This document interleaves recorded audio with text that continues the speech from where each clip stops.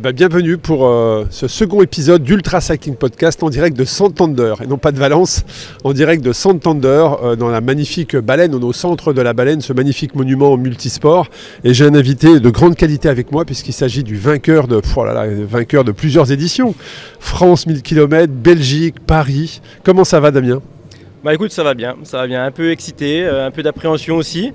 Comme d'habitude, on a beau être habitué, on a toujours ce petit coup de stress, cette adrénaline qui monte petit à petit avant le départ. Bon, bienvenue à Santander, je sais que tu es arrivé il y a quelques jours pour un petit peu repérer, t'acclimater à la ville.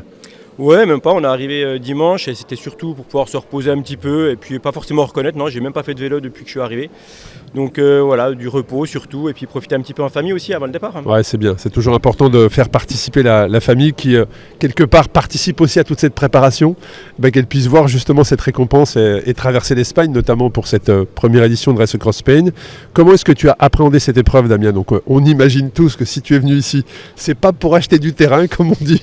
Donc comment en tout cas tu as appréhendé cette épreuve ?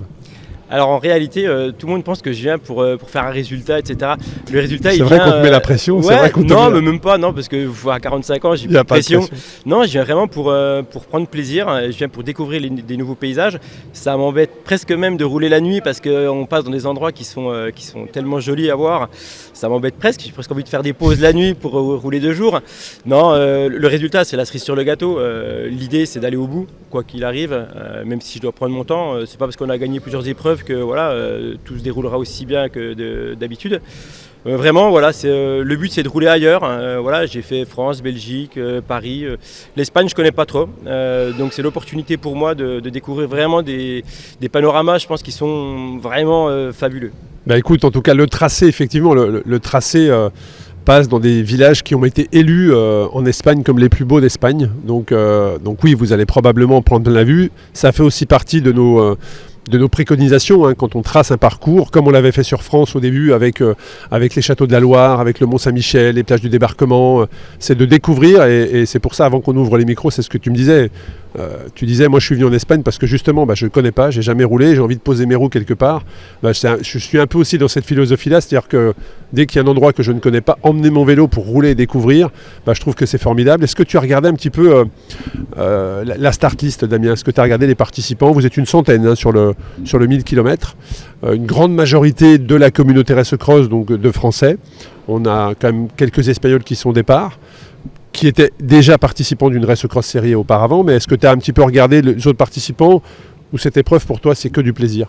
Non, c'est que du plaisir, très honnêtement je ne regarde pas, alors je sais que il y a 2-3 copains qui sont là, mais sinon non, je ne regarde pas du tout la start list, très honnêtement ça ne m'intéresse pas.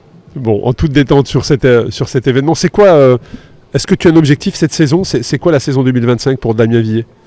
Non, j'ai pas d'objectif. Moi, mon objectif, c'est prendre du plaisir. Donc là, je sais que je vais prendre du plaisir sur cette édition Espagne. Et puis ensuite, je sais pas, on verra en fonction de mes obligations professionnelles, familiales. L'ultra, ça prend quand même du temps, c'est des gros déplacements. On n'a pas des congés à rallonge non plus. Donc je verrai en fonction de la saison comment ça se passe.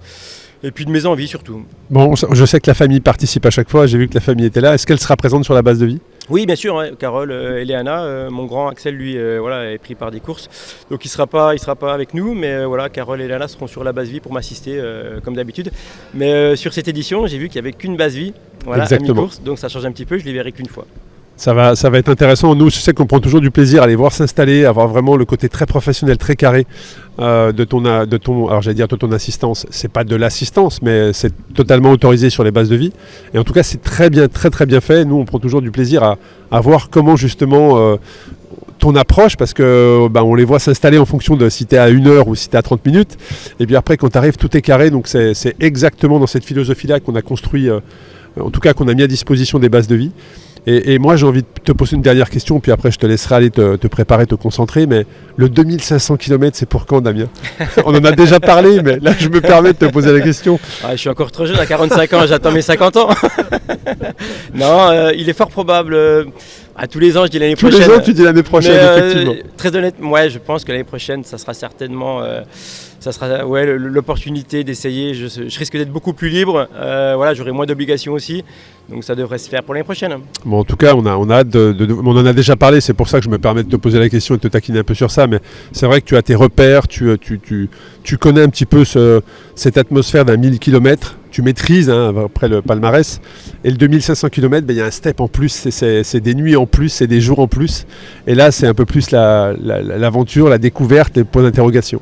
Bien sûr, et c'est quelque chose que je ne maîtrise absolument pas. Moi, les stratégies de sommeil, c'est pas mon truc. À 1000 km, on fait la course pratiquement sans dormir, clairement. Sur un 2005, je suis un novice, j'aurai tout à apprendre et j'ai aucune idée du résultat que je peux avoir sur un 2005.